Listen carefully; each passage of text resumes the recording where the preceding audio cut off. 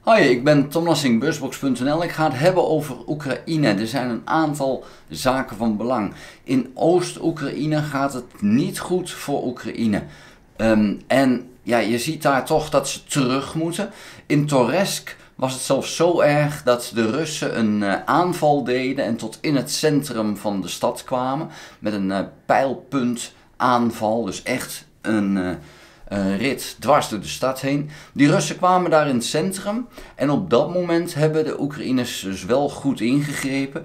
Die soldaten die in het centrum zijn gekomen, die zijn ingesloten en die zijn uiteindelijk stuk voor stuk geëlimineerd. Maar het gaf wel aan dat er dus een zwakte is en dat die Russen in staat zijn om dat soort verrassingen te laten plaatsvinden.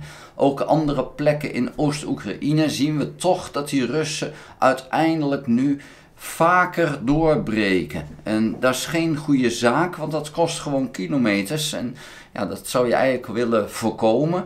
Maar het lukt de Oekraïne niet om dat te voorkomen. En dat is simpelweg de reden dat ze te weinig materiaal hebben om die Russen tegen te kunnen houden. En die Russen gooien werkelijk alles in de strijd. En ja, dan is de vraag uiteraard, hoe lang kan Rusland het volhouden? Dat is de vraag en ik heb er geen antwoord op. Dat heeft niemand. Er zijn wel berekeningen gedaan ergens eind 2025, begin 2026. Maar ja, dat is nog een vol jaar. Nou, als die Russen dat nog een vol jaar kunnen volhouden, dan hebben de Oekraïners het wel ongelooflijk zwaar. Dat kan ik je in ieder geval vertellen. Het gaat in ieder geval vervelend. Het is niet zo dat hiermee de Russen Oekraïne in een jaar kunnen oprollen. Daar lijkt het helemaal niet op, want zo hard gaat het dan weer niet. Maar het is wel vervelend dat je iedere keer op bepaalde plekken moet toegeven. Dan iets anders. Gisteravond zijn er weer aanvallen uitgevoerd met drones door Oekraïne op onder andere munitieopslagplaatsen en luchtmachtbases.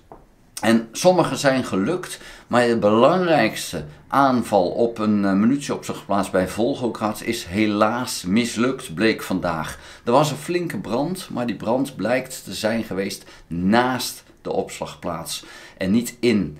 Dus helaas is die aanval volledig mislukt. Waarom? Ik weet het niet, want er waren veel drones naartoe gestuurd. Maar ze zijn er allemaal, of ze zijn uit de lucht geschoten, dan hebben de Russen een keer niet gelogen over de effectiviteit van hun afweer. Ja, of slecht gemixt, ik weet het niet, maar het zat er in ieder geval net naast. De brand is tot aan de rand van dat kamp gekomen, maar niet verder. Dus dat is eventjes jammer.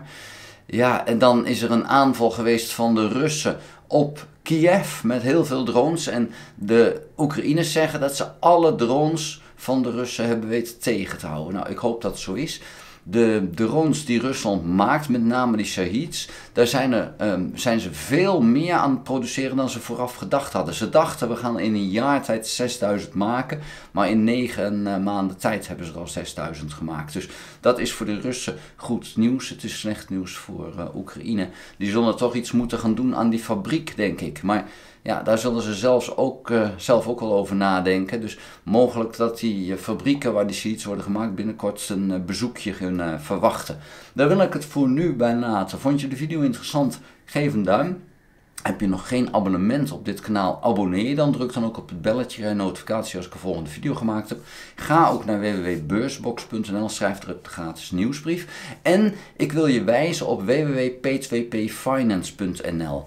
Ik denk dat daar de meest degelijke belegging met een prachtig rendement mogelijk is via die website. Dus ga er eens naar kijken. Het is een parel van een belegging en er zijn slechts nog niet eens 1000 Nederlanders die daarin meedoen. Dus dat is echt een verborgen parel van een belegging. Dus ik kan je er alleen maar op wijzen van als je wil beleggen en je wil degelijk beleggen met een prachtig rendement. En ik vind een rendement van tussen de 12 en 14% een prachtig rendement. Zeker als het zo degelijk is. Ga dan kijken op www.p2pfinance.nl.